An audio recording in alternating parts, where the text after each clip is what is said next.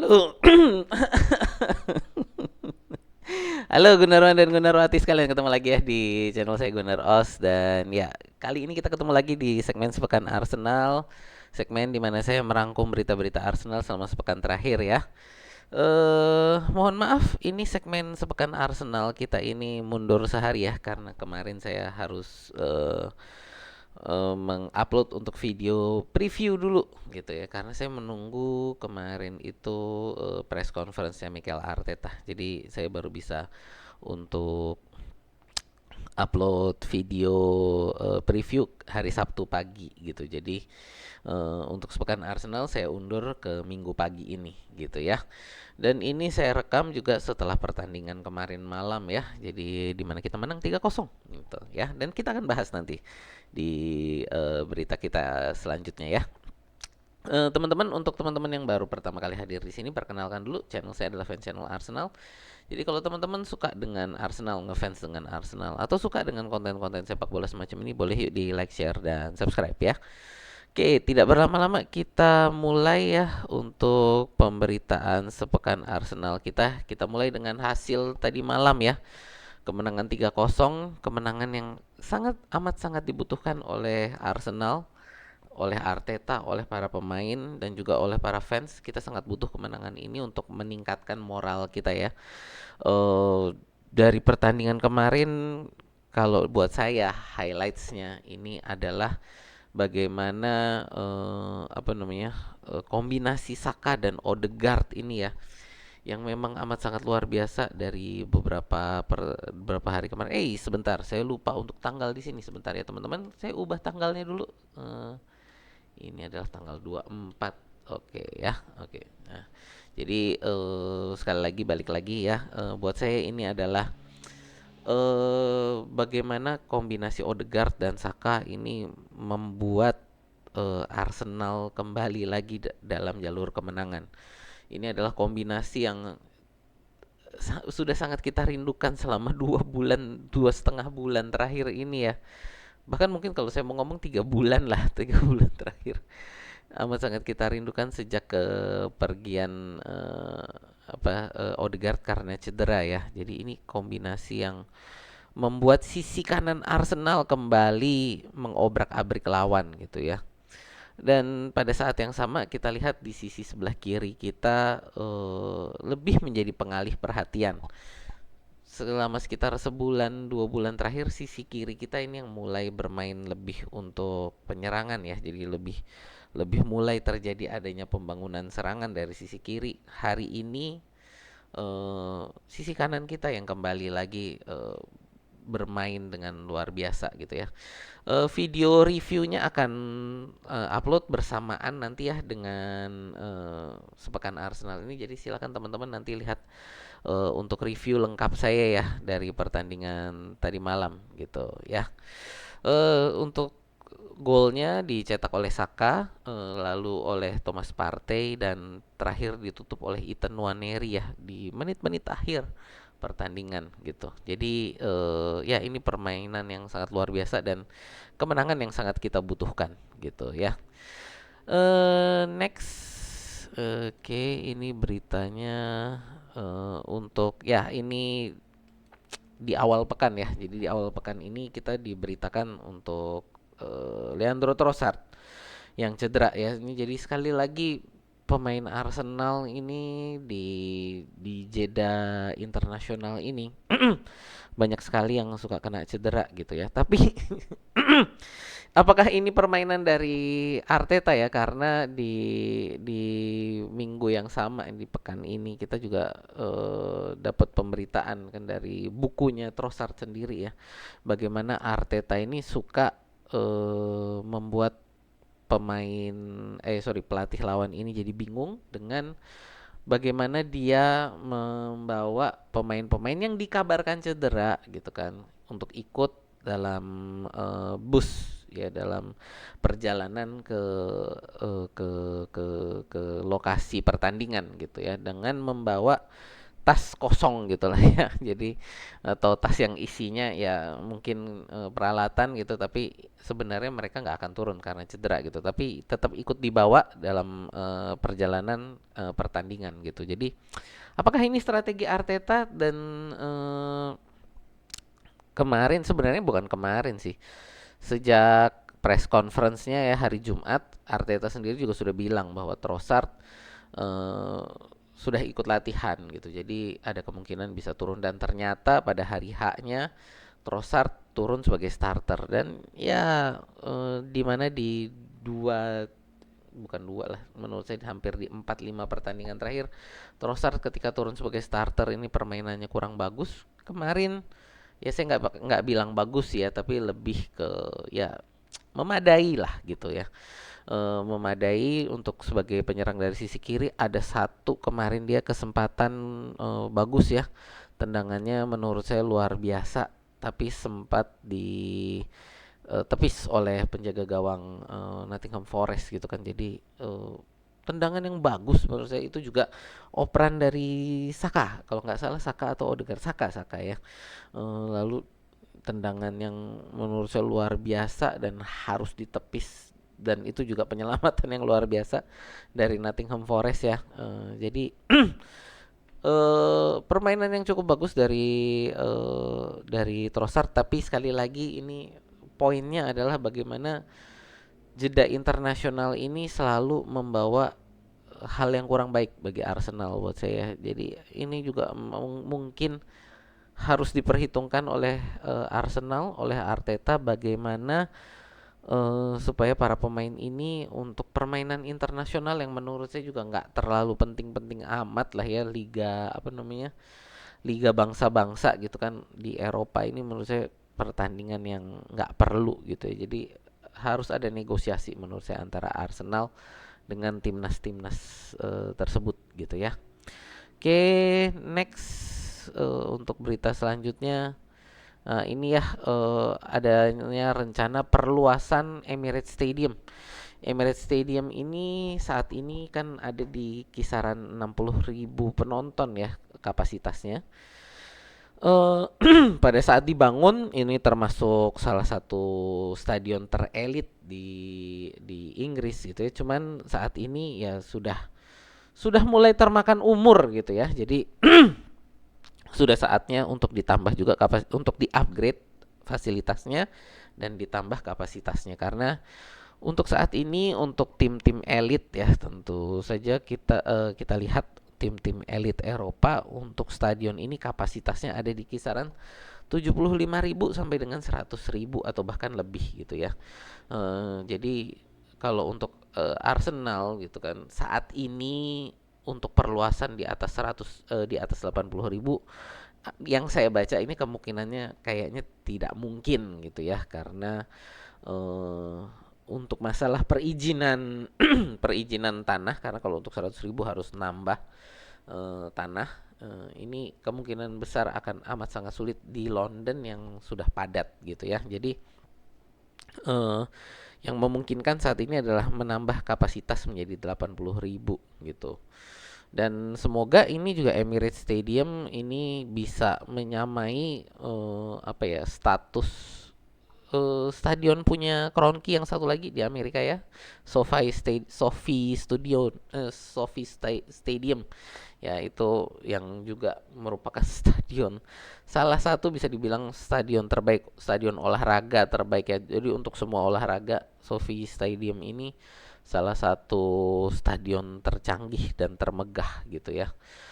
Semoga Emirates Stadium juga bisa ke sana gitu ya, di bawah keluarga Kroenke. Ya ini untuk berita perluasan Emirates Stadium. Next ini adalah ya, ini sekali lagi sehubungan dengan pencarian ini ya, pencarian pengganti Edu untuk Sporting Director. Kemarin saya sempat memberitakan untuk Luis Campos.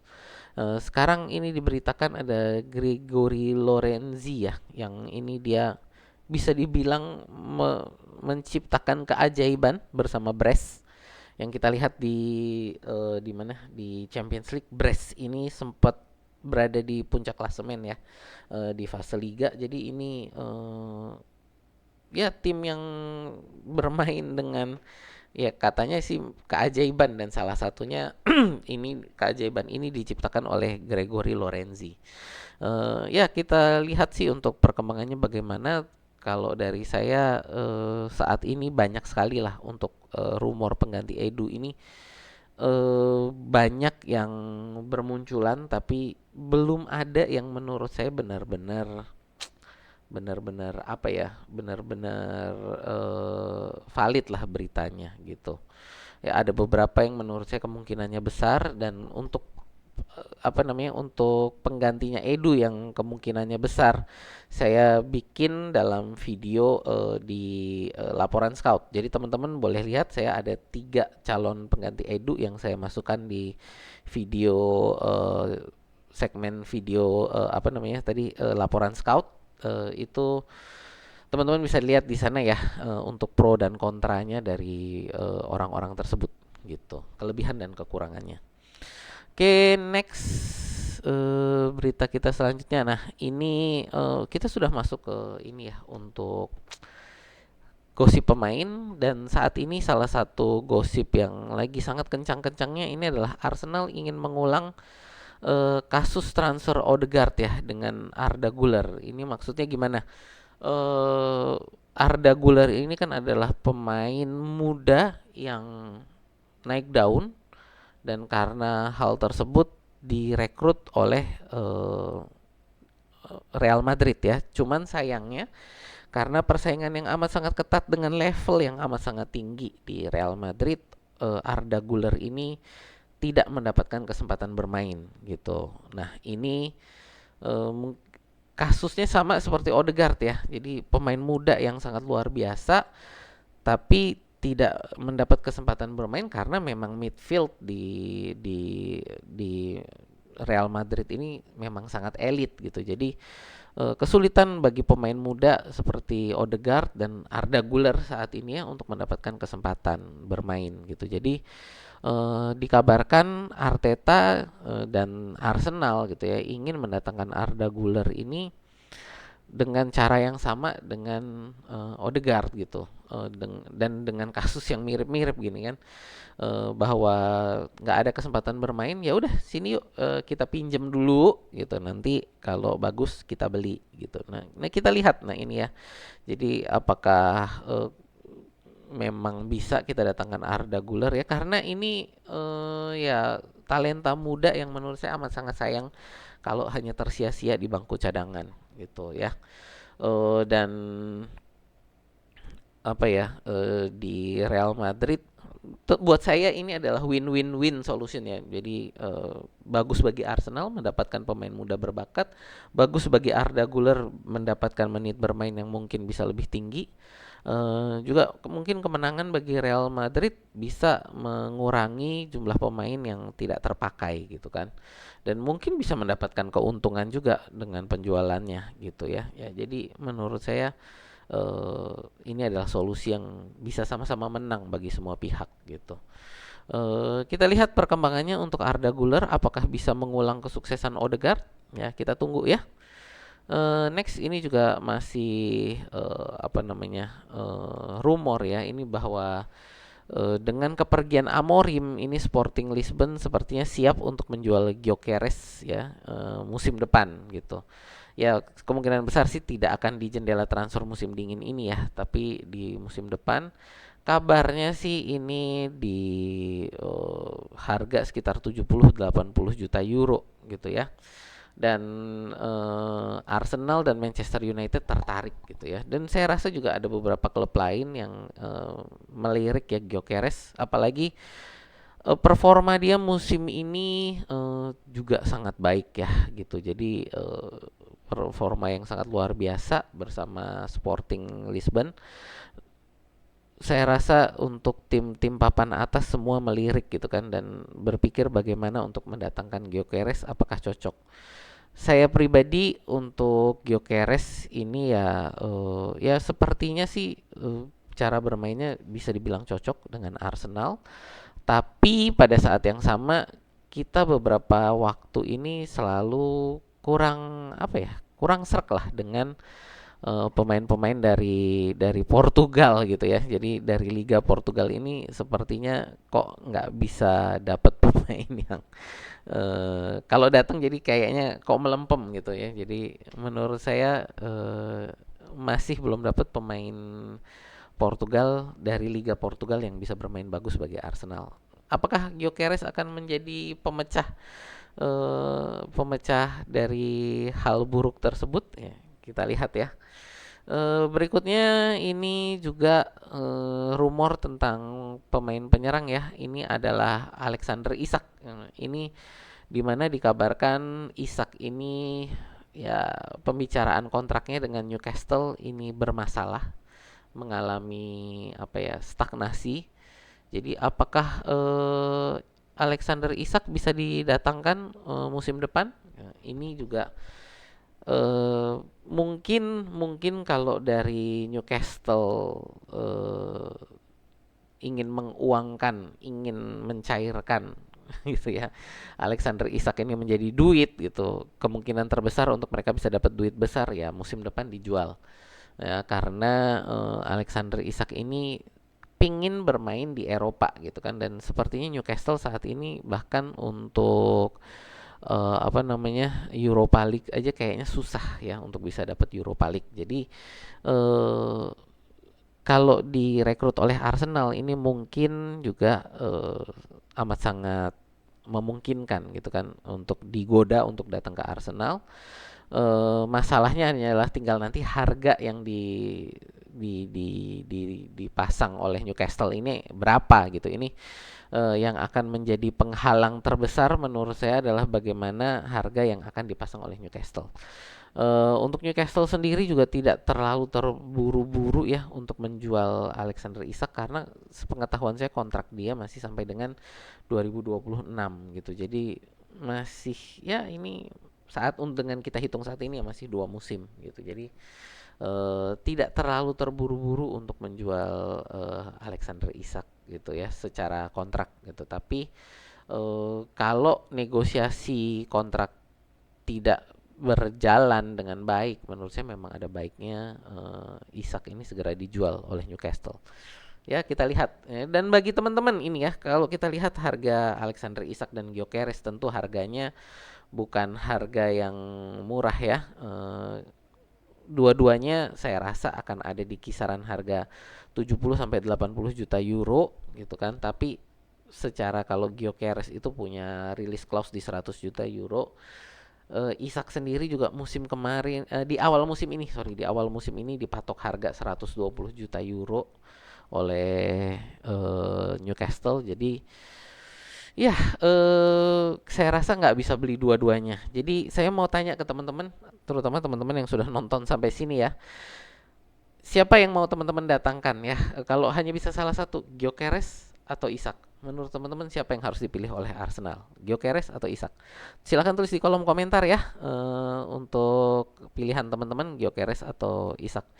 Ya itu aja sih untuk berita sepekan Arsenal kita pekan ini. Saya rasa ini juga sudah cukup lama ya video kita berjalan. Jadi terima kasih yang sudah nonton sampai sini, terima kasih yang sudah like, share, dan subscribe. Ya itu aja sih dari saya. Sampai jumpa ya di video kita berikutnya.